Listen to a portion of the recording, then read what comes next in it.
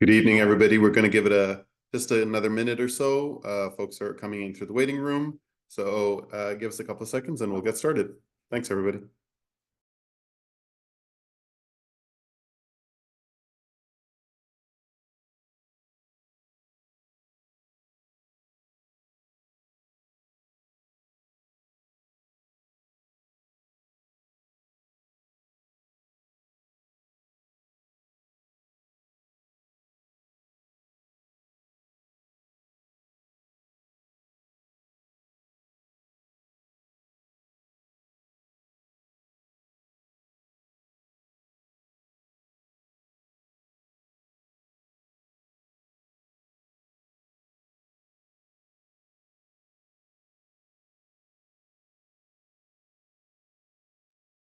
For those that are just joining, we're going to be starting at 6:03. We're just giving folks an opportunity to join in, and we're going to get started very shortly.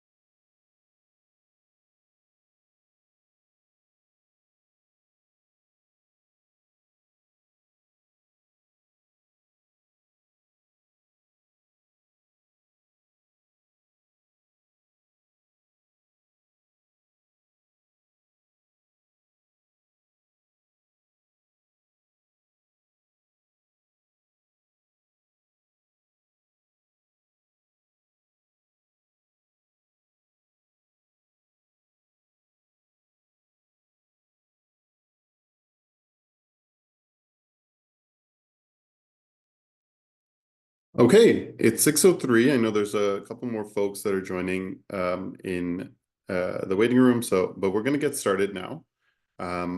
Good evening, everybody, comrades, friends, and our fellow union members. My name is Dhananjay Kohli. I'm executive assistant to Fred Han. I'm filling in for Fred very temporarily. Fred was in Ottawa today for a rally supporting some of our members at Local 5237 who are in a difficult bargaining round and is on his way back. And so he should be joining us pretty quickly. I'm a poor replacement, but I will do my best in the meantime. Thank you very much for joining us this evening, and welcome to the second in our series of financial literacy webinars, The Economy and You. We've got folks joining from all across the province, including a watch party that's happening right now at the Ontario Municipal Workers Conference. So we're going to get started on this tonight. We're going to be looking at the provincial budget that was handed down a couple of weeks ago on March 26th. First, we're going to begin with the land acknowledgement. I'm speaking to you today from the traditional territory covered by the Dish with One Spoon, Wampum Covenant, Huron-Wendat, Haudenosaunee, Anishinaabe, and in particular, the Mississaugas of the Credit First Nation. Thank you. If you have a minute, it's important for you to also acknowledge the territory that you are joining us from.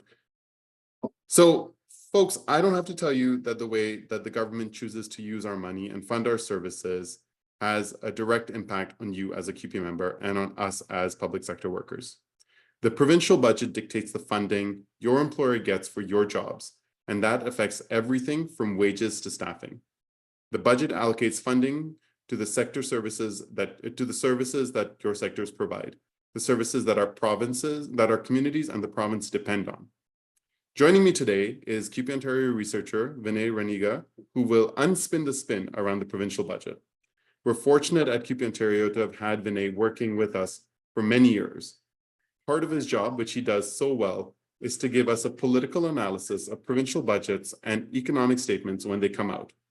He uses the government's own numbers to challenge the narrative that they push, and what's really going on when they talk about historic investments, folks, and spending record-setting amounts on things like education and healthcare. Now, we know that they've been misleading us because we know our realities, and it's very different from what the conservatives claim. If you can find housing, the cost of it is out of reach. Food prices have doubled and tripled. Education workers are being laid off. The waits for basic health services are longer than ever. Staffing in social services is in a crisis. Universities' finances are a disaster. People can't get long-term care spots in their own communities. Our towns and cities are finding it harder to give us basic services. And we know it doesn't have to be this way. And what Vinay has done is to figure out what's in the gap between how Doug Ford is misleading us and what the real picture is. I'm upset, and my 19-month-old child, who I'm sure you can hear in the background, is also incredibly upset by this. So because when we are armed with the facts and figures, we're equipped to be able to fight back. Today's webinar will last anywhere from an hour to an hour and a half and leave lots of time for your questions. You can submit your questions via the Q&A feature at the bottom of your Zoom screen. Our session is divided into 3 parts. Vinay will give us an overview of the budget and how the government spends money on public services. We'll have a break for questions. Then Vinay will share a closer look at sector spendings, including the infrastructure spending that we've all heard so much about. We'll have another break for questions, and then Vinay will finish off with an overview of the relationship between the cost of living, tax revenue, and how it relates to your local's bargaining. So I'm going to hand it over to Vinay for the first section that looks at the difference between what the government tells us and the reality. Vinay, over to you.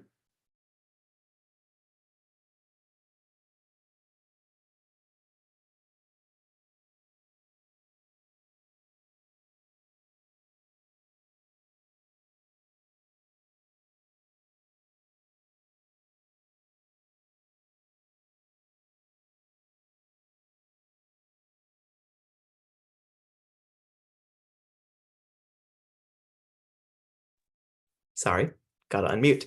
Thank you again, Dhananjay. There's a lot of information, so let's just dive right in. This budget was a letdown to the millions of Ontarians who are struggling with the overlapping crises of affordability, wages, housing, climate change, and most importantly, a lack of public services. There's a lot of information, numbers, and charts coming up, but the key takeaway is to frame our current moment in time and to cut through the government's talking points, which is also our employers. Folks find it hard to find fault in our current system because it feels like a built-in feature of our very existence.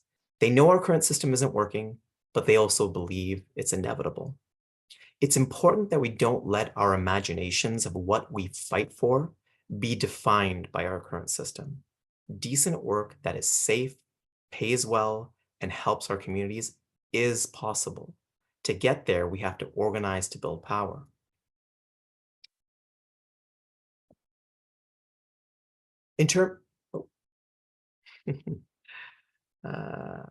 Excuse me. There we go.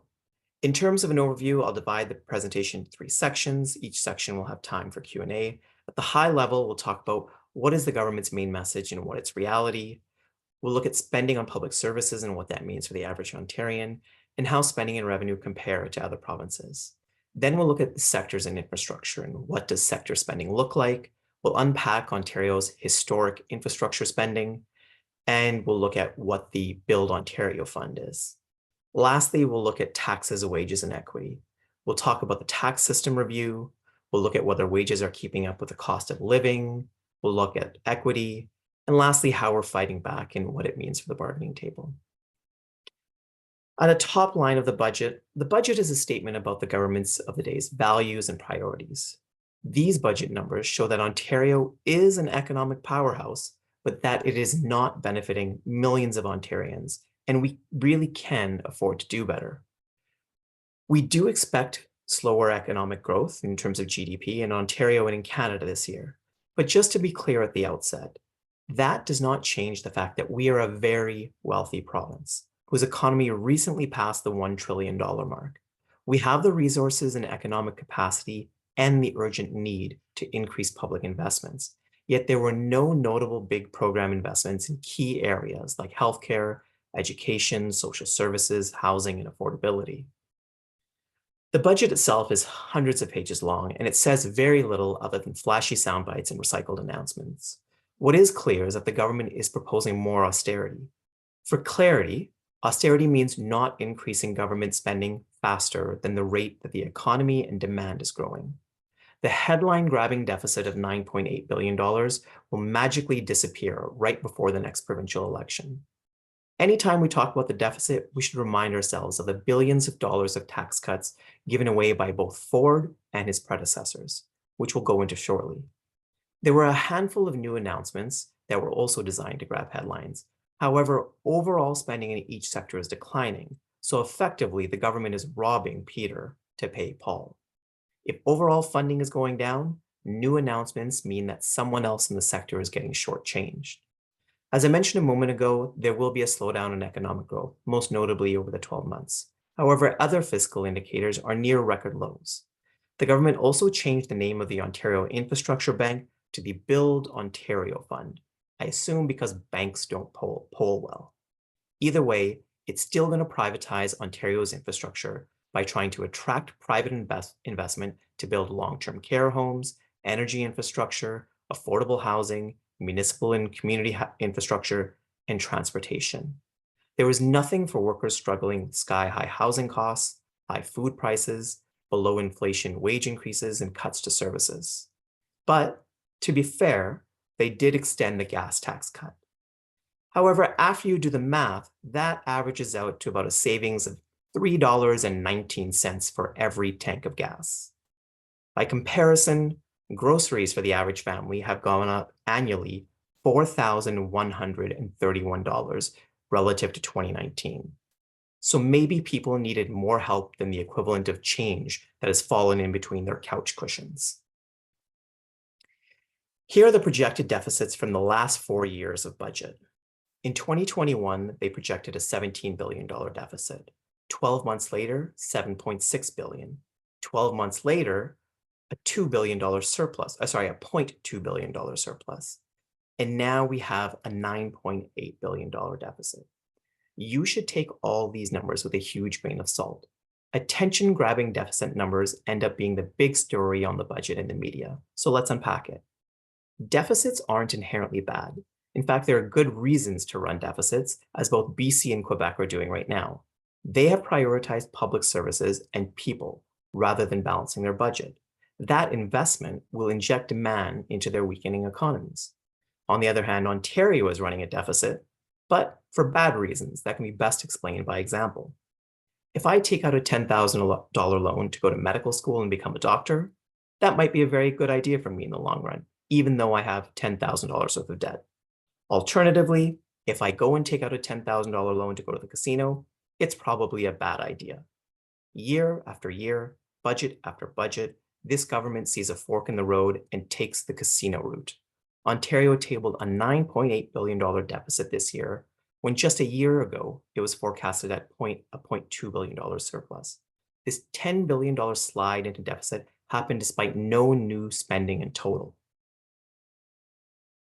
In the budget, program spending, and by that I mean spending on public services, is broken down by 5 major categories plus a 6th other category. CUPE members work in all of these sectors. The government provides spending forecast for about 3 years. However, it only provides estimate in dollar amounts, which is what you can see here. These amounts do not factor in inflation and population growth, which are at record highs in recent years. The government says it's spending more, and in truth, it is spending more. But I spend more at my grocery store than I did a few years ago, and I walk away with less because the price of cauliflower has gone up 20%.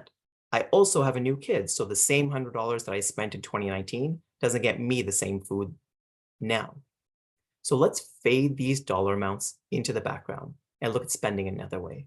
Let's look at real change per capita, which is government spending after factoring for inflation and population growth. What you see in the second line of each sector is spending from 1 year to the next after factoring for inflation and population growth. When spending growth is negative, meaning they're spending less than the previous year, the numbers are in red. As you can see, there's a lot of red in this chart. You can find the sector you came from But note that overall program spending is going down 2.1% this year, 1.5% next year, and 2.1% the last year.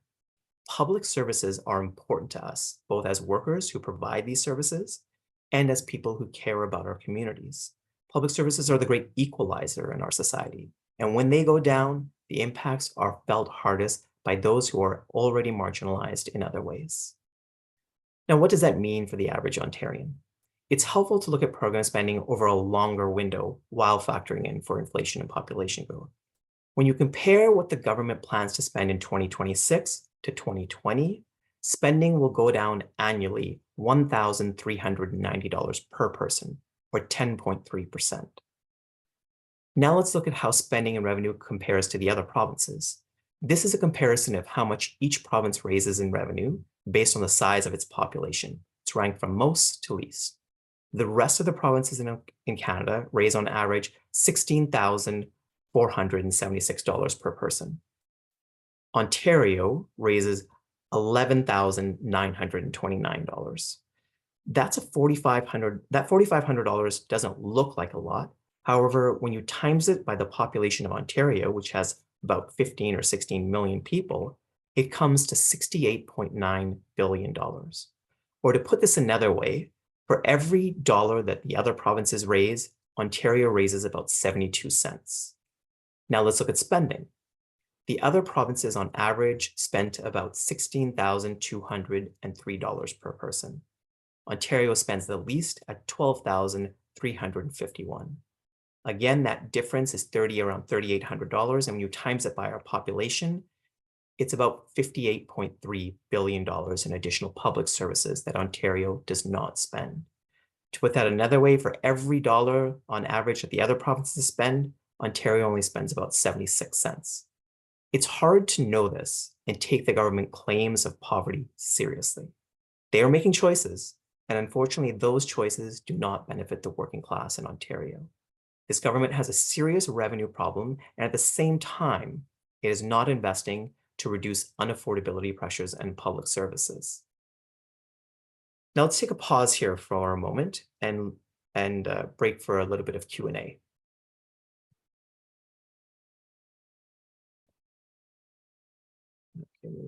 Thanks very much, Vinay. We have a couple of questions in the Q&A.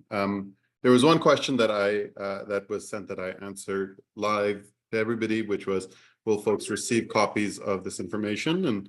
And I answered yes, but I think there's a couple of questions in there for you, Vinay. Sure. The first question I see here are, what are the biggest challenges to funding crucial public services like education, healthcare within the current budget constraints? I think that's a really important question. However, I would answer it by attacking the actual question. I don't believe that there are current budget constraints. These are choices that the government is making. We are one of the wealthiest provinces in the country, and historically, we are far wealthier now than we have been in the past. So to accept the framing that we are currently within budget constraints is, I just wouldn't accept that. I think we need to demand that the government increase revenue and use that revenue to fund public services. Okay, 1 second here. Next I have, are there any plans to invest in job training and workforce development programs to equip people with the skills needed for future jobs? I think that question is, I wish there was a good answer, but no. Ultimately, this government is trying to, particularly within the trades, they're trying to de-skill the trades. They're trying to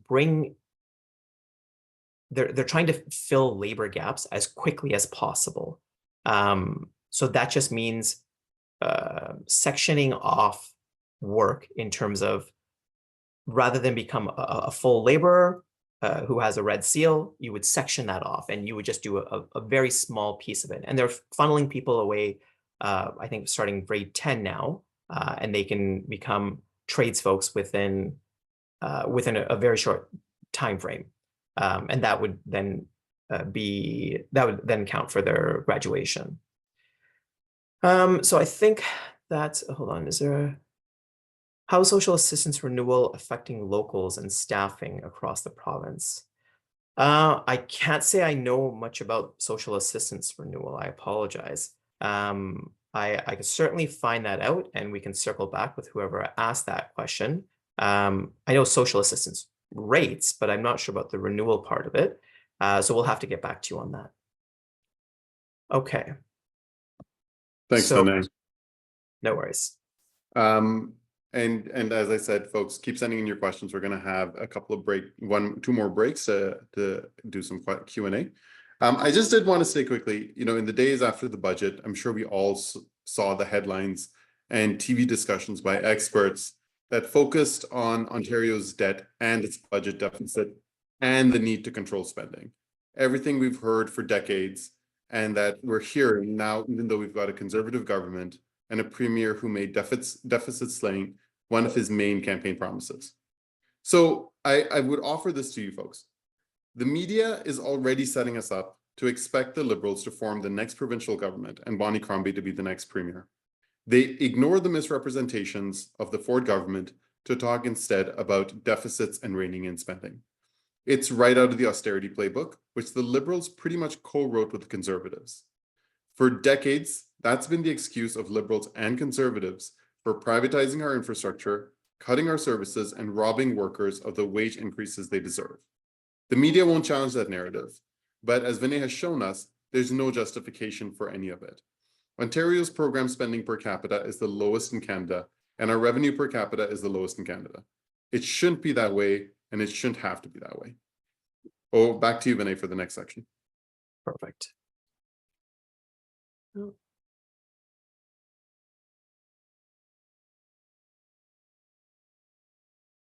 Oh, PowerPoint, why are you not working right now? One moment here. There we go.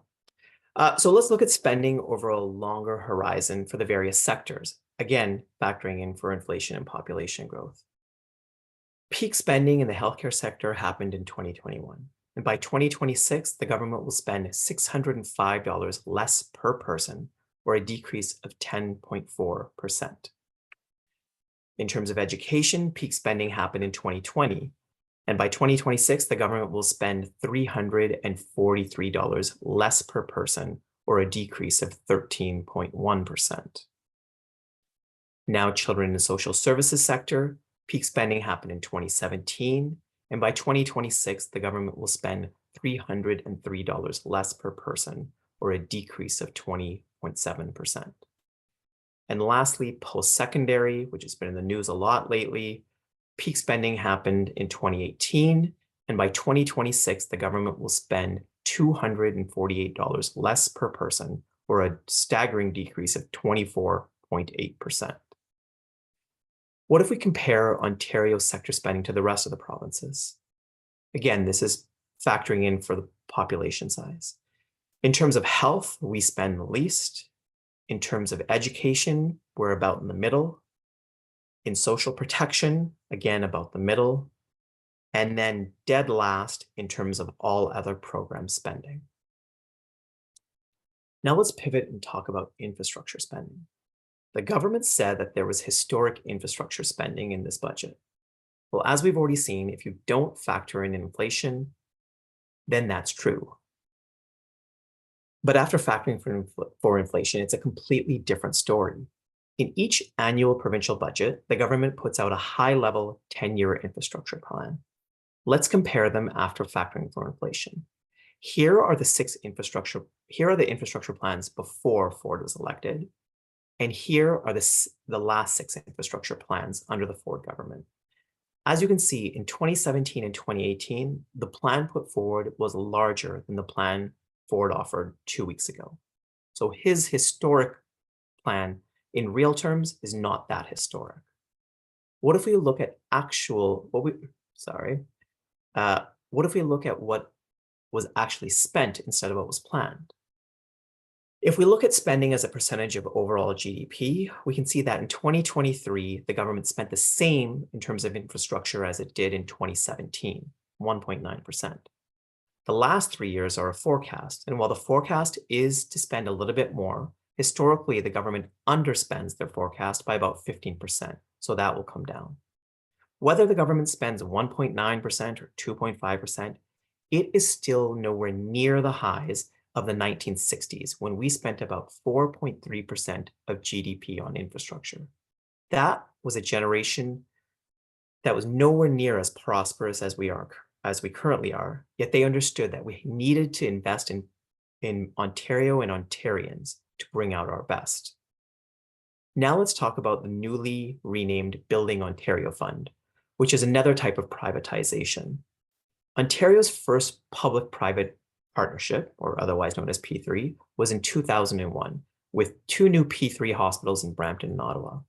Since then, P3s have been constantly criticized from many commentators and analysts, most notably from Ontario's Auditor General, who has raised serious concerns about the risks associated with privatizing infrastructure projects, the increased associated costs, and the lack of public transparency. This is simply another conservative attempt to privatize Ontario to the benefit of their rich friends. It encourages institutional investors, like pension plans, to build Ontario's essential infrastructure, like long-term care homes, energy infrastructure, affordable housing, and so on.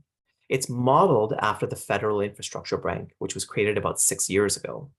The failures of the Federal Infrastructure Bank are best captured by the House of Commons Transport Committee review of the federal bank, which in a 60-page report only had one recommendation: that the Government of Canada abolish the Canadian Infrastructure Bank. Similarly, Doug Ford's federal counterpart has promised that if he forms government, he will end the Federal Infrastructure Bank. Conservatives say that Ontario taxpayers alone cannot fund the infrastructure the province needs. However, Brian Lewis, the former chief economist of the province, said that the current financing system seems to be working pretty well. So which leads us to the question of what's the problem this Ontario Infrastructure Bank is actually going to solve. Ontario is already rated as an extremely strong borrower, and our borrowing costs are lower than all other provinces other than Quebec and BC. Ontario can borrow on average at 2.6% since 2009.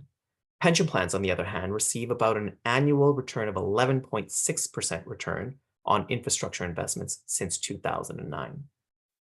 We can either collectively pay for the infrastructure that we all need at 2.6%, or we can let pension plans pay for it and charge individual users of public infrastructure at 11.6%. Let's look at what $1 billion would cost through both options. Traditional procurement, amortized over 30 years, would cost us about $1.4 billion, so an extra $400 million in interest.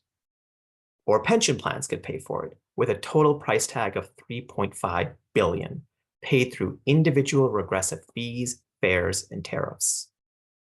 These regressive fees will only increase income inequality in Ontario.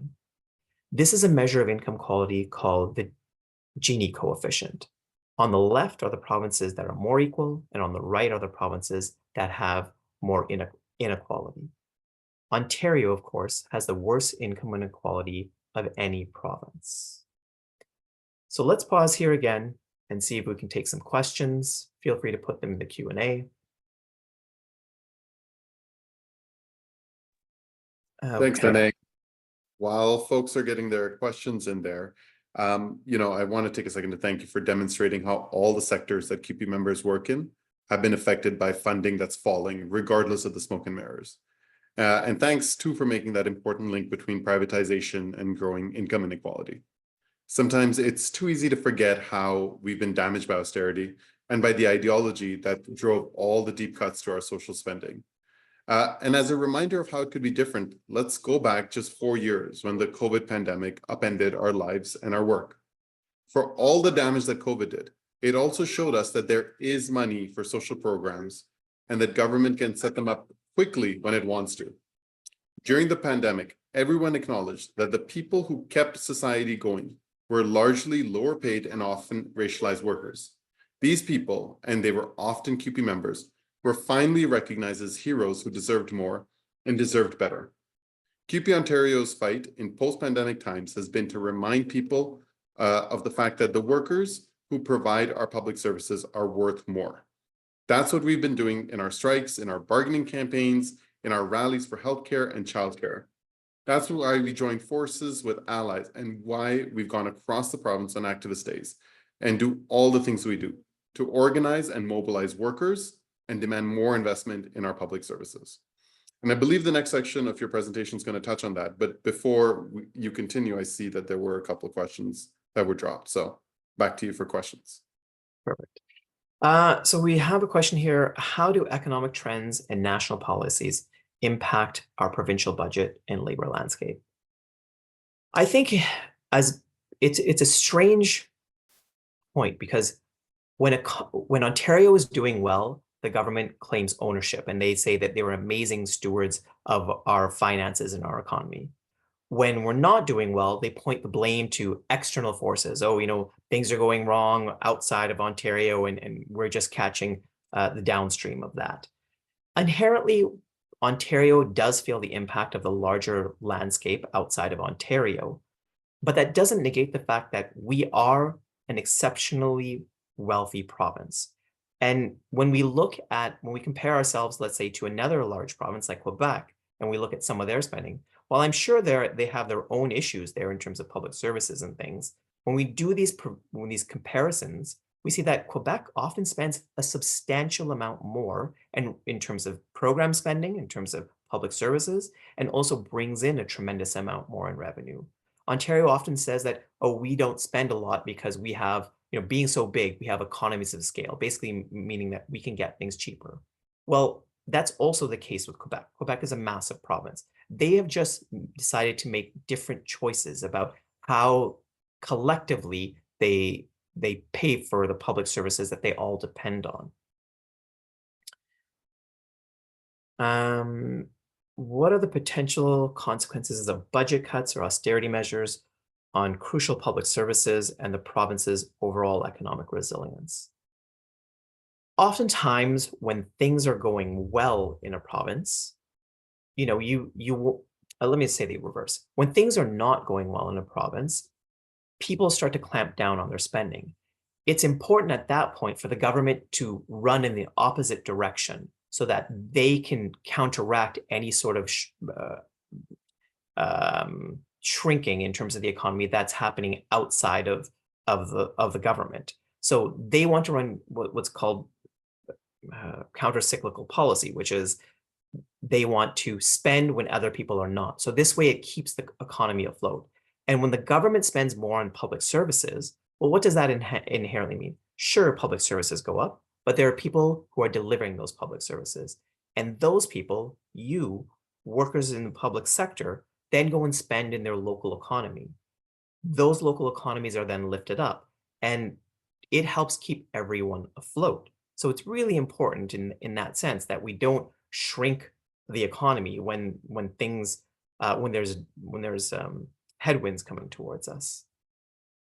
The province is responsible for funding child welfare in Ontario, yet reduces funding, placing children at increased risk. What pressures could be applied to the province to increase funding? This is an important question, and it applies to many of our sectors. Building pressure against the province in the various ways that austerity shows its face is key to the work that we do. That ultimately comes down to being able to organize amongst one another. We are not going to be able to, tweet our way into changing the government's mind. They're not going to really listen to us. We have to be able to use other tools at our disposal, and those tools are really collective based. We need to show the government, just like what happened 18 months ago with the education workers, that we have power and we're not afraid to use it. I think that sort of work, it's very hard work. It's very slow moving. It's very, having one-on-one conversations with people is a very challenging way of going about it. But really, that's the only way that we could find an answer. We need to collectively organize to build that power, to push back against the austerity that all of us are facing. Let me pause there and move on to the next section. which is our last section. Now, why are we spending less? Well, the government says that the cupboards are bare. However, we have the second lowest provincial corporate tax rate. We have the first lowest top provincial marginal income tax rate, the first lowest program spending per person, less than $3,000 than the average. For 6 of the last 10 years, Ontario has spent the least, and for the other 4 years, it has spent the second least. And lastly, Conservatives substantially underspend what is budgeted for. But we can afford to do more. So let's look at a few ways to unpack where our money goes. This is real GDP per worker. It accounts for inflation, population growth, and demographic change. It's a measure of prosperity that shows Ontario is richer than ever, which means that we have more money in this province than we did when we funded World War II, created Medicare, built the 400 series highways, and so on and so on. In the budget, the government provided an update on its attempt to overhaul the tax system, stating that it was speaking with experts. Well, these so-called experts all say the same thing. Basically, to maximize growth, we need to shift taxes away from incomes like corporate and personal, and we need to move towards increasing consumption taxes like sales tax. Normally, the government would be using this review as an excuse for further harmful tax cuts. However, because we are in the middle of an affordability crisis, there is an opportunity for us to push back. 80% of tax revenue comes from just 4 taxes: corporate, income, sales, and then the Ontario Health Premium. So let's take a look at some of them. But first, let's go over the difference between a progressive and regressive tax. A progressive tax is one in which upper income families pay a larger share of their incomes in taxes than those with lower incomes. The opposite of that is a regressive tax, which requires the poor and middle income to pay a larger share of their incomes in taxes than the rich. Now let's start with the most regressive and unfair tax. Here is Ontario's total sales tax. The word total in the next few slides means the tax that is paid to both the provincial and federal government. As you can see, it's gone from 3 to 13%. Next, we have the top marginal total personal income tax. I know it's a mouthful, but what it means is the tax rate you pay on any income above, in terms of current day, $250,000. So I'm pretty sure that doesn't apply to anyone here or really any CUPE member. In the late 60s, the richest used to pay about 82%. Now, they pay around 53%. Now here's total corporate income tax.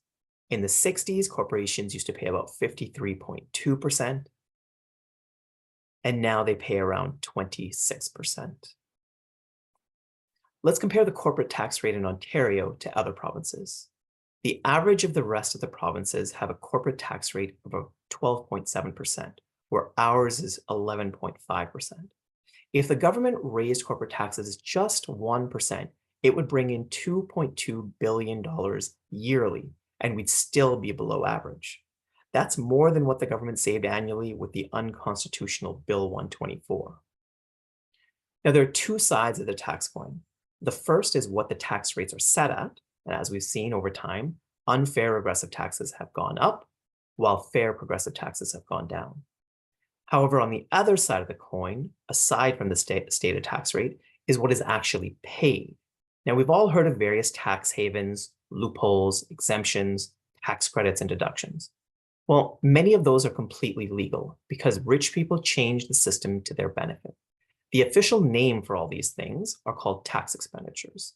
Tax expenditures disproportionately benefit corporations and the rich, and they substantially lower revenue going to the province. Collectively, we gave away $54 billion in tax expenditures just last year. If you compare it against other spending on public services, it comes second only to healthcare. So corporations are doing well. How about our wages? Well, I think it's an answer we all know. Profit has skyrocketed while wages have not kept up with inflation. The first line you see here is looking at wages of the broader public sector, then the private sector, and lastly, the public sector. Then we compare this again against corporate profit. We're doing amazingly well. corporations are not paying their fair share. What does this mean for equity-deserving groups? Well, in Ontario, Indigenous, Black, racialized, and immigrant communities are disproportionately represented amongst those with financial insecurity, low income, and job precarity. And in an economic climate like the one we appear to be in, households with lower levels of wealth, income, and job security are more vulnerable to financial strain. Austerity measures like cutbacks in public services are felt deeper by marginalized communities, and they intensify existing inequalities. The buffer that wealth provides against economic downturns, it's unevenly distributed. Therefore, the provincial budget should have provided that buffer where it was needed most. But as we've seen, that the budget fails on that front. Now, on top of all this, equity-deserving groups in our current climate are often facing the brunt of right-wing fascist attacks. So let's take a quick look at these attacks. We're going to take a look at the rise of hate crimes over the past few years, but there's a point I want to make. There isn't a static definition of hate crime. It changes over time, but importantly, it doesn't include state violence.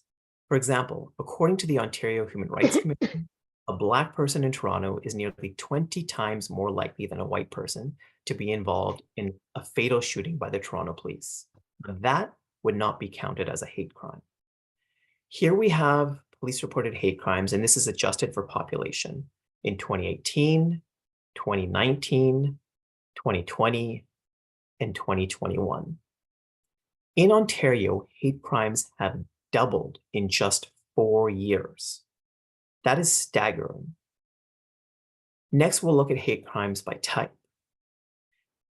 We have race and ethnicity, which is the largest category, religion, sexual orientation, sex or gender, and then lastly, other motivation. I want to pause and point out that this government has cut the Ministry of Indigenous Affairs by 56% over the last 3 years. Also, when Ford first came into office, he scrapped the minister responsible for anti-racism and the subcommittees of the Anti-Racism Directorate. He put his nephew, Michael Ford, in charge of multiculturalism. How are we fighting back? While there are many ways we can discuss union strength and militancy, at a high level, 1 in 2 Ontario unionized workers have been on strike since 2019. In our recent history, this is unprecedented. Strikes build muscle memory and create a spirit in which workers recognize that in order to be treated well in the workplace and to be paid fairly, workers have to use our voice. We have to organize, and we have to be ready to withdraw our labor. While 1 in 2 workers have been on strike, it's important to remember that Ontario has some of the weakest labor laws in the country, and that means fewer people benefit from unionization. Just over 1 in 4 workers are unionized in this province, which is the second worst union density in the country. We need to continue to push for better labor laws in this province. BC and Manitoba have recent legislation on card check so that workers can more easily form unions, and anti-scab legislation, which would protect workers' rights to strike. Impressively, in BC, the number of union applications increased by almost 200% in just the first 18 months of the legislation. So what does this mean at the bargaining table? Well, let me pause here and say that you should always go into negotiations with a complete picture of the finances in your sector and your local labor market. Your national rep and sector chair and bargaining council can help. When we think of labor market tightness, we often look to the unemployment rate, which has gone up in recent months. However, for those of us in the public sector, a different number to look at is the number of job vacancies. Here you can see job vacancies in a handful of sectors and subsectors from 2019 to 2023. There's a gap in the data in 2020 because the pandemic was at its height and StatsCan wasn't collecting information. But they remain at all-time highs or near all-time highs for many of the sectors that we work in. With the repeal of Bill 124, we are also at an unusual time in Ontario's recent labor history. For 12 of the last 15 years, public sector workers have been under some form of bargaining mandate or legislation. Starting in 2009, there were various compensation mandates from the Liberal government. Then in 2014, we had a mandate of net zero collective agreements. And lastly, with the Ford government, Bill 124 in 2019. Our wages have suffered as a direct cause of this interference in free and fair collective bargaining from both liberal and conservative governments. However, at this moment, there are three things that are working in our favor. One, there is no bargaining mandate or legislation unfairly holding back our wages. Two, positive public opinion polling of unions is at a record high. And lastly, three, union militancy is stronger than it's recently been in quite some time. We are currently in one of the best environments to regain our lost wages and build up the labor movement, but it requires us to talk to one another and organize to build power, just like we saw 18 months ago with the school board workers. Now, I know we've seen a lot of charts, and this is the last one, but it's an important one. This highlights the impact of Bill 124 on public sector workers and the direction of collective agreement wage growth since.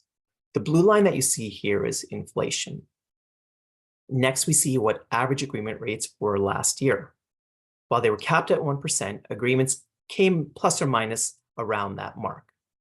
Bill 124 was ruled unconstitutional at the end of November of last year, and then wage rates started to climb. It's less important to look at any one particular month, but it's important to look at the overall trend, which is going up. But as we saw on the last chart, we have a decade and a half of wage growth to make up for. Now, this brings us to the end of the slideshow, but now we move on to next steps. What can you do?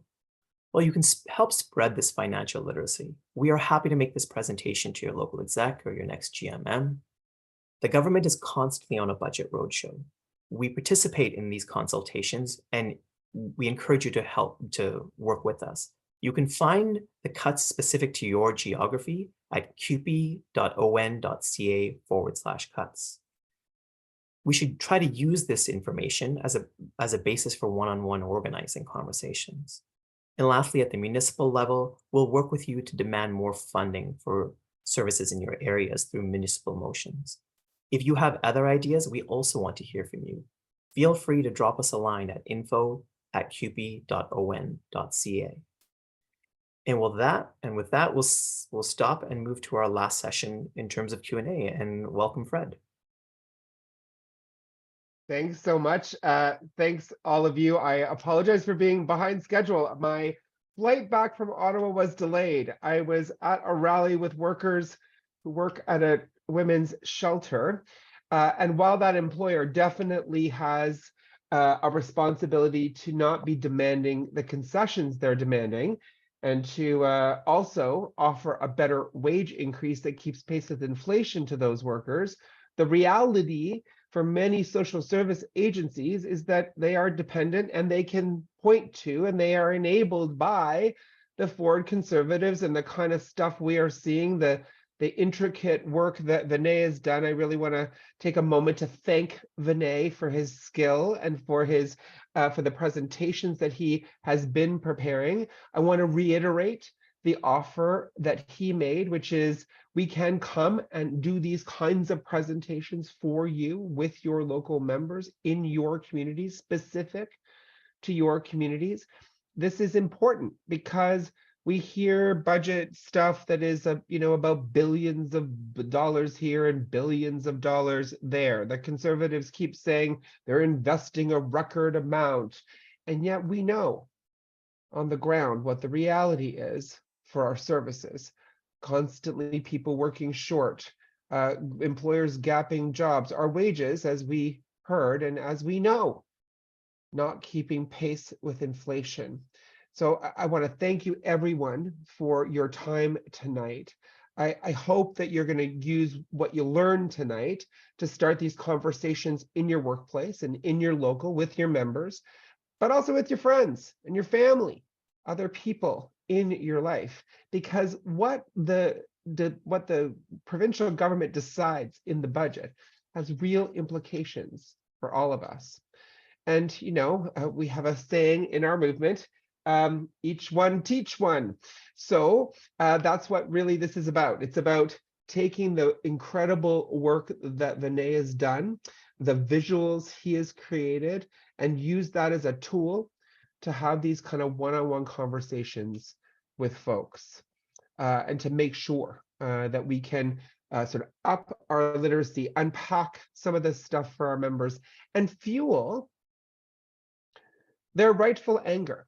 The services we rely on are being starved by our provincial government. Our members who deliver those services are being systematically disrespected. There's no question that we are in a different trend now in terms of fighting back, and we need to take advantage of that in every which way we can.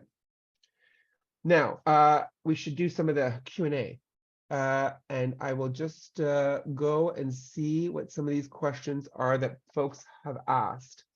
There is a question about whether or not the presentation, the video will be shared, and this webinar is being recorded, and it will be posted on the YouTube channel that we have, the QP Ontario YouTube channel. So you will have access to this webinar, but you can also have access, as I said, to a presentation direct to your members and your local or in your area through your council. Whatever works for you would make sense. Can the presentation in slides include or other organizations like Progress Toronto and TTC Riders? And there are many coalitions that we work with, and we would be more than happy to share this information with any of our coalition partners, because we know this in QP. Our members have an enormous amount of strength when we come together and when we fight for better together, but we are always stronger when we work in coalition with others who are doing the same kind of work to improve the services that we all rely on. Now, there is a question about Bill 124 and municipal employees. And it is true that Bill 124, this legislation that limited wages for public sector workers, impacted all of our sectors, save and except the municipal sector. The municipal sector was explicitly excluded in the legislation. But let's be clear, the chill that Bill 124 sent across bargaining tables meant that there were real impacts for our municipal members as well. Not to mention that we had a global pandemic. Many of our locals were bargaining in 2020 when the pandemic hit. Local 79 in Toronto is a fine example where those very uncertain days, and I know you might not want to remember them. Sometimes I don't want to remember them either, but they were very uncertain days. People weren't sure whether or not there were going to be mass layoffs, how we were all going to get through this. And so sometimes locals made decisions to agree to collective agreements to kind of get them through that period. None of us could have predicted the way in which inflation would rise to record levels, things many of us have not seen for decades. And so there's ground to be made up in those municipal collective agreements. It's part of the reason why in the municipal sector, we've had more strikes in the last year than we have had in the last 10 years. Because municipal workers, just like healthcare workers and school board workers and social service workers and university workers, we all have ground to make up. We can make up that ground when we come together and when we fight back together in the smartest way possible. And that means building worker power. It means engaging our members. It means taking their rightful anger, because our members are upset, they're angry, and they often take that anger out on their union because they're like, what are you doing for me? And what we've got to help them to remember is the truth. The union is all of us. And we are successful only when we are all in it together. We need our members to be there. It is exactly and precisely what happened with school board workers. If it hadn't been for the agreement of all of the members across the province to take strike action when it had been deemed illegal, there would have been nothing our union could really do about it. It took us having our members engaged. The next provincial election is in 2026. What can local executives do now to educate their members about the provincial budget and understanding how that influences our work in preparation for that election? And I think part of it is thinking about how to use this information that we've provided, thinking about whether or not you want to invite us to come and speak with your members about it. But I think one of the biggest things we can do to prepare for the election is to start actually dedicating time and attention to that effort today. We need to start asking ourselves, every local has a bargaining committee because we got to bargain our collective agreements, but not many of our locals have political action committees. Look, Tommy Douglas said this years ago, you can bargain the best collective agreement in the world. You can have stewards in every workplace to defend it. You can have health and safety language. It won't matter a good goddamn if a politician with a swipe of a pen passes legislation like Bill 124. And yes, we can challenge that in the courts. And we did, and we won. It took years to do so. And we are still fighting for remedy for hundreds of thousands of our members. So there's a quicker, shorter answer to this, friends. We have 290,000 members who belong to our union in Ontario. If we got even a fraction of them to vote in their own interest, we could make a real difference in the provincial election. How are labor unions and worker advocacy groups effectively engaging with elected officials to influence budget decisions? This is a very good question. As Vinay mentioned, we engage in the methods that are open to us. There is pre-budget consultations. We prepare a detailed brief. We go and make presentations to government committees. They have now brought forward a budget. There is budget enabling legislation. We will comment on that. But what we must start to do is think about, beyond those traditional methods available to us, what else can we do?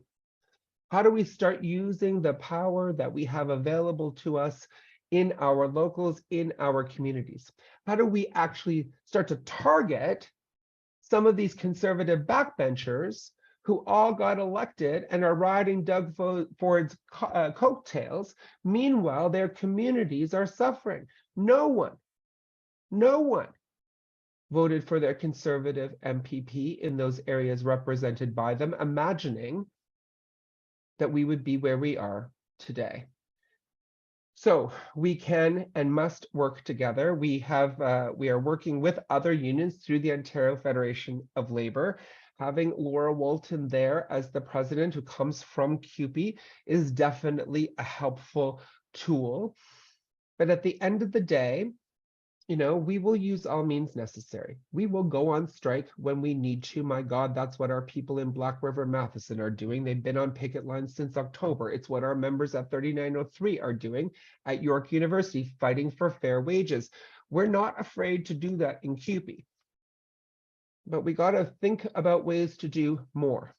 And that includes being able to talk to working people so that they aren't sucked into the crap that conservatives use.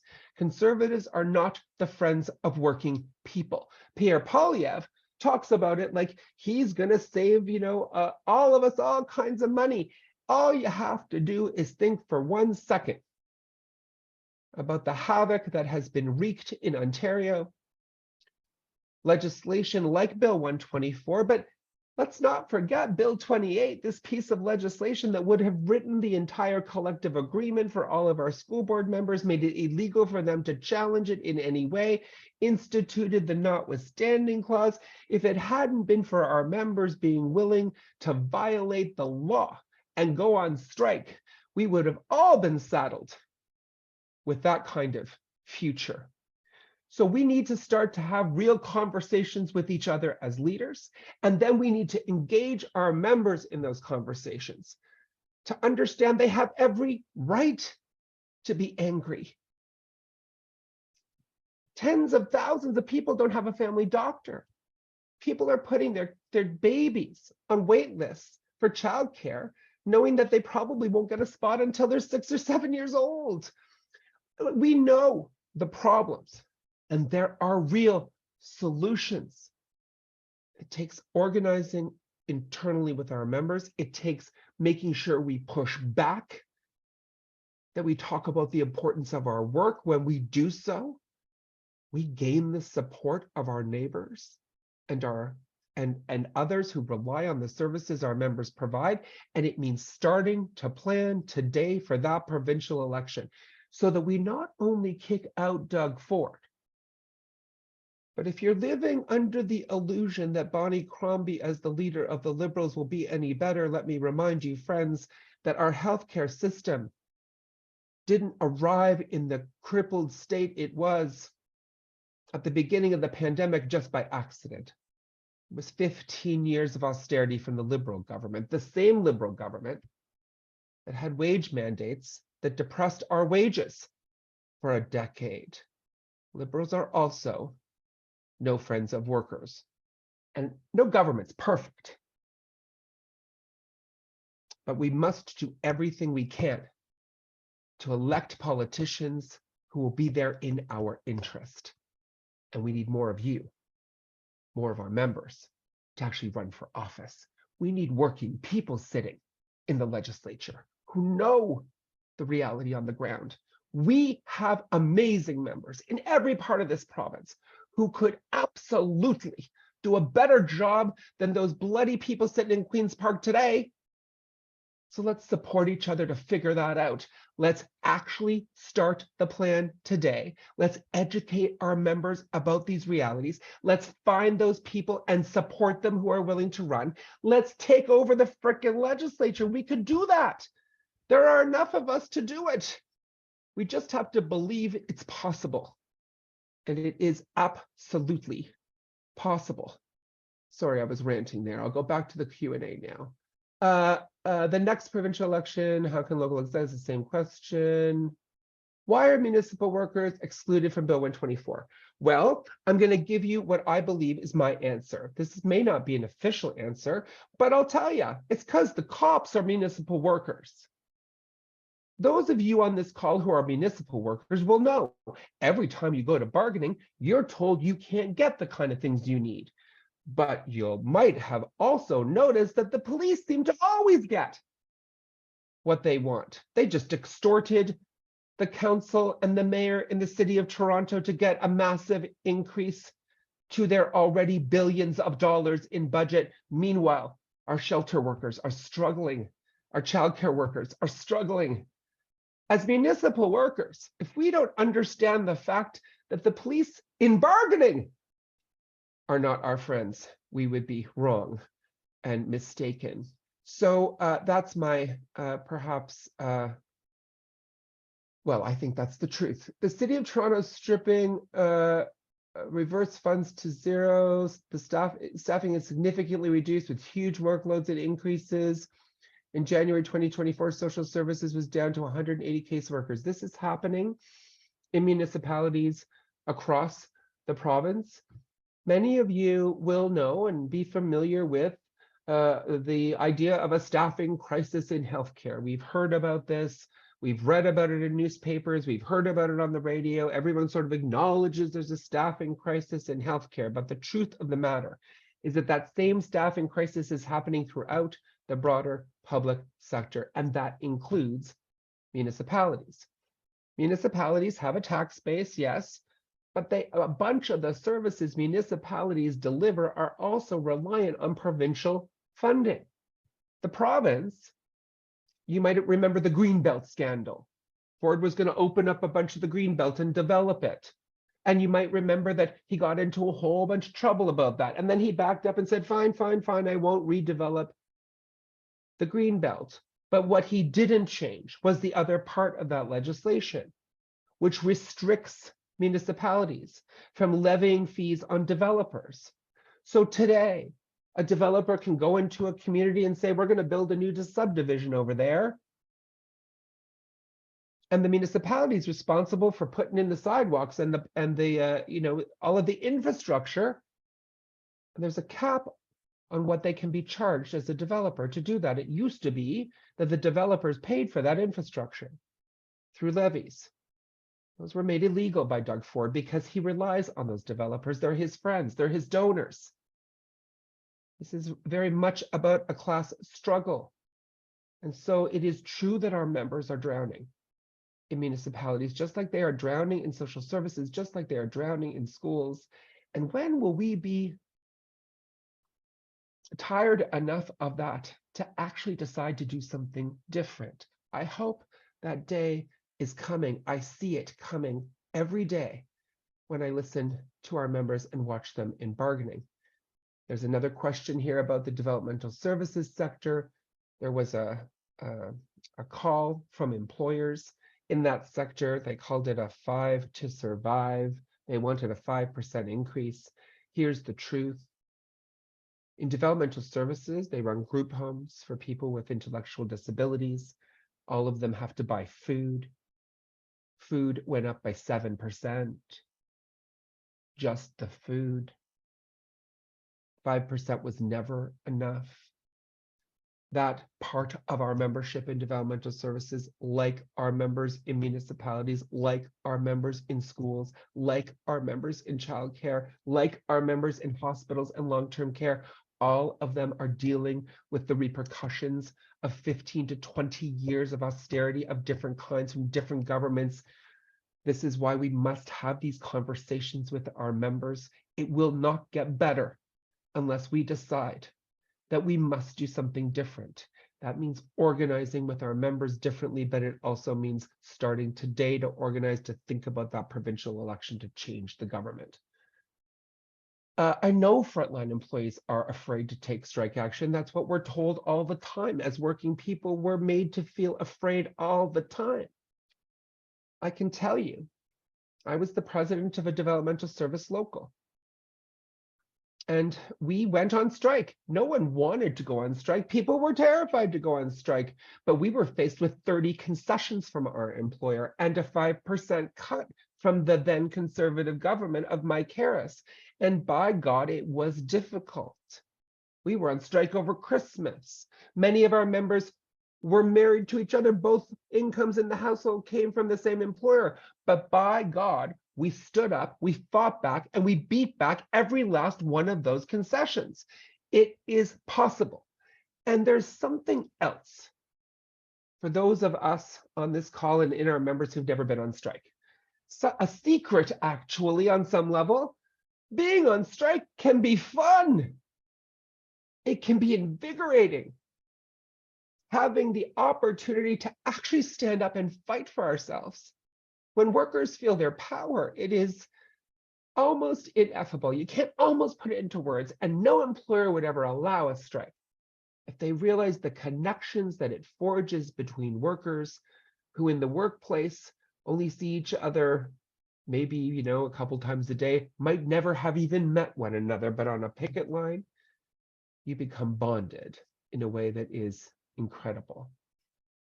It is why we do what we do. It is, there's a question, also part of this question is about OMERS and, the employer's share and the worker's share. I want to be clear about something here. All of that money, it's not the employer's share. It's your deferred wages. Every last dollar that goes into a pension plan, for those of our members that have them, and not all of our members do, but for those of our members who do, like the 120,000 members, all municipal workers, all all school board workers and child welfare workers who are in OMERS, every last dollar that goes in there is your deferred wages. And it is meant to ensure that you have good retirement security.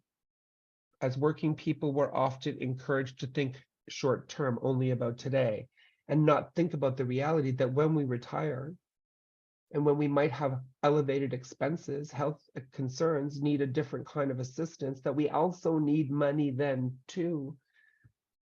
Retirement security matters, and we don't have to pick between today and tomorrow. We can defend our pension plans, just like we have successfully defended the OMERS pension plan from a recent attempt to attack indexing. It is still indexed at 100% because our members fought back. But we can also fight for today. Workers at U of T, academic workers and service and support workers and library workers, all in separate locals, never bargained together, all had the same employer, decided to do something different. They bargained together this time. They served notice to bargain together. They applied for conciliation together. They were ready to go on strike together. They achieved real gains as a result. They made the U of T not only the biggest university, but I will say one of the most rich universities in the province, finally bend. They got 9% as a wage increase in the first year of the collective agreement alone. They got a guaranteed minimum wage for food service workers, some of whom are making just above minimum wage. They got a guaranteed minimum wage of $25 an hour. I tell you this not to breed envy. I tell you this because what they did, you can do, we can do. We can replicate this across the province, but they spoke directly to their members. They went and did majority petitions. They made a strategic plan. And yes, sometimes parts of it didn't work, but they didn't give up. They kept going. And it was by enlisting their members, by having that credible threat to the employer, that they were able to push that employer. We can do the same with municipal employers. It is exactly what our school board people did by all going on strike across the province together. It is possible. We've done it. We can do more of it. And part of this webinar tonight, you might be thinking, well, why is he rattling on about bargaining? What has this got to do with all the wonderful slides that Vinay put up? It has everything to do with them. Because once we start to understand the impacts of these decisions, knowledge is power. We need to build power in our members. Keep building on that strong foundation we have in CUPE in order to make a real difference. So I think, let me see where I am now. I've been rattling on here. I want to make sure that I have covered some of these, the questions that are up here. I've heard this evening that the government says that they are investing in services, but it isn't actually correct. Can we lobby our trustees and MPPs and of course make others aware? Absolutely. And I think the base of that starts with helping our members to unspin this. Let me just, in school boards, as another example, many school board locals are seeing layoffs, or they're seeing the hours reduced for education assistants because school boards are saying, we have deficits and we don't have enough funding. And yet the Minister of Education repeatedly says, we're making a record investment. The education budget has never been higher. Well, let's just think for 1 second about why that might be. Because in the school board sector, they actually have remedy on Bill 124. The wages the Conservatives stole out of the pockets of our school board members, they were forced to have to repay. Just that alone would mean there'd have to be more money in the budget. But we can't and we should never allow our members and our wages to be pitted against funding for services. Both these things are necessary. It makes no sense for us to gain a strong wage increase and then the employer to go over here and cut jobs and make our work harder. That's why we have to think comprehensively about these things, both when it comes to bargaining, but when it comes to politics and organizing around the election. Just making sure I'm going through here. The City of Toronto management tells staff to go out and it will save them millions. Yes, yes, yes. There are lots of threats that the employer makes about strikes. And one of them is, go ahead, go on strike, it'll save us all kinds of money. Guess what? They will also get all kinds of heartache. And they will risk not being reelected. It's not about saving people money. It's about paying people what they deserve and investing in services that our members deliver, but that our neighbors rely on. When people cross picket lines, it's because we haven't done that preparatory work in advance. It is heartbreaking when that happens. But if we do the preparatory work, if we help people to see that it's in their interest, our collective interest, that if we stick together, we can make a difference. That is really one of the things we've got to try to do.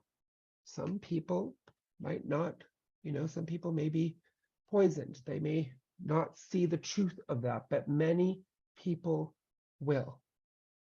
It's the only way working people have ever been successful. Long before Facebook and Twitter and Snapchat and TikTok and all the, what did we do? We talked to each other. We listened to each other. We made plans together. We committed to one another. We must do that. It is true that some locals are better at working together than others.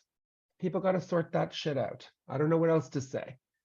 We have this autonomy thing that we feel so strongly about in CUPE, and sometimes that autonomy thing means that one local makes a decision that actually hurts another.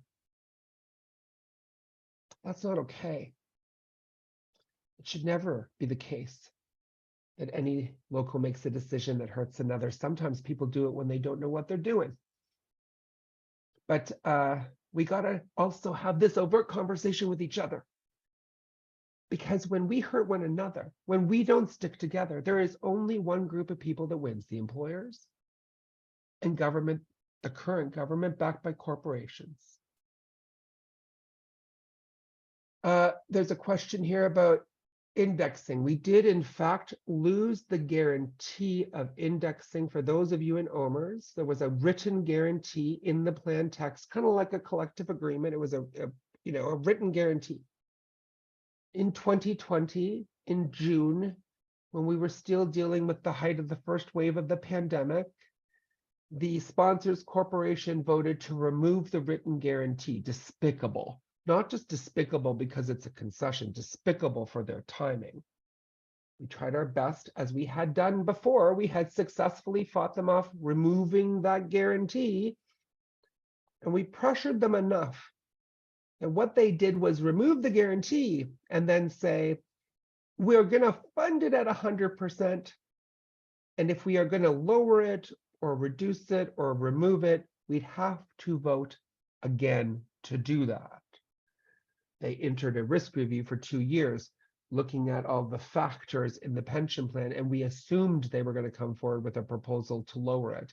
But because of our members' efforts, because quite honestly, we're in an inflation crisis, because no other pension plan is talking about cuts, they decided to continue to fund it at 100%. There is not a guarantee. We must work to get that guarantee back. But today, those pensions are still funded in terms of indexing at 100%. Can I speak about SARSR and all privatization? Yes. Look, there is privatization is rampant throughout the system. You'll know, of course, about the privatization in our healthcare system, that there are private clinics that are receiving 200-300 times more funding than they once did. We're using public dollars to build private hospitals for the first time in our province's history. It's why we had 10,000 people on the lawns of Queen's Park just a few months ago with the Health Coalition. It's why we have another demonstration coming during our convention in May, where we plan to put even more people on the lawns of Queen's Park, because the privatization in our healthcare system is rampant, but there's privatization in all across municipalities. For example, there's a new rule that says the municipality can't create a municipal childcare center unless it can prove that a for-profit operator or a not-for-profit community agency could not operate one, forcing privatization. All of the building that they're talking about in terms of highways, even some of the transit investment, it is all done through public-private partnerships. It means that those transit lines where they're being built, when they're built, when they actually start to operate, those of us in Toronto have been waiting for the Eglinton Crosstown for 15 years. When they actually start to operate, a portion of the proceeds will go to profit for the people who built them. There is privatization all through, even in social service delivery, as it is pointed out in Ontario Works and the ODSP. A bunch of the work that our members used to do there, particularly in Ontario Works, particularly in helping people to achieve employment, to come off the system, to get stability, a bunch of that stuff is being forced into privatization. It's horrible. And what they're doing is they're doing a classic. This is classic. How do you privatize something? You first underfund the public service. You make it so difficult for people to access, so problematic, that people then see privatization as an answer because they're desperate. Privatization's never, ever the answer. And it's one of the things that our sectors continue to work on. Certainly, our hospital members are working strongly, and our healthcare workers in long-term care against privatization. But we must up our game in all of our sectors. And it's part of the conversation we need to have with it. Why do they need to understand this stuff about the budget? That there's a systematic underfunding of our services that we are all living through. The end result of that is not just harder working conditions, not just downward pressure on our wages, not only fewer members, fewer coworkers. It is also set to privatize all of the services we deliver. They ultimately want this all to go to their friends in the private sector. They see our parents as profit centers. That's what for-profit long-term care is. They see our children as profit centers. That's what for-profit childcare is. That's why we must continue to do everything we can to fight against privatization. Part of that is helping people to see what's going on and focusing our rightful anger to try to fix it. Really appreciate all of your time tonight. Want to again thank Vinay for his skill and his talent and all of the work that he's done. I want to thank Dhananjay for pitch hitting for me while I was stuck on a late flight. And thank you all for your patience. I want to just let you know that I believe that we can turn this around. That this is not meant to be deflating. This is meant to be invigorating. This is meant to fuel our anger. This is meant to help us understand that once we see what they're trying to pull, that we absolutely have a way to fight back and to win. Thank you all. We've gone a little over time. No, we haven't. Still, no, we have gone a little over time, eh? Almost an hour and a half now. But thank you so much, all of you who stuck it out. For those of you who did, you're going to be able to see this, and we can share it. You can share it. Again, the offer is there. We'll come and have these conversations with you, with your local, with your members and your national staff rep to help you make plans. Thanks, everyone. And have a very good night together, friends. We can change the world.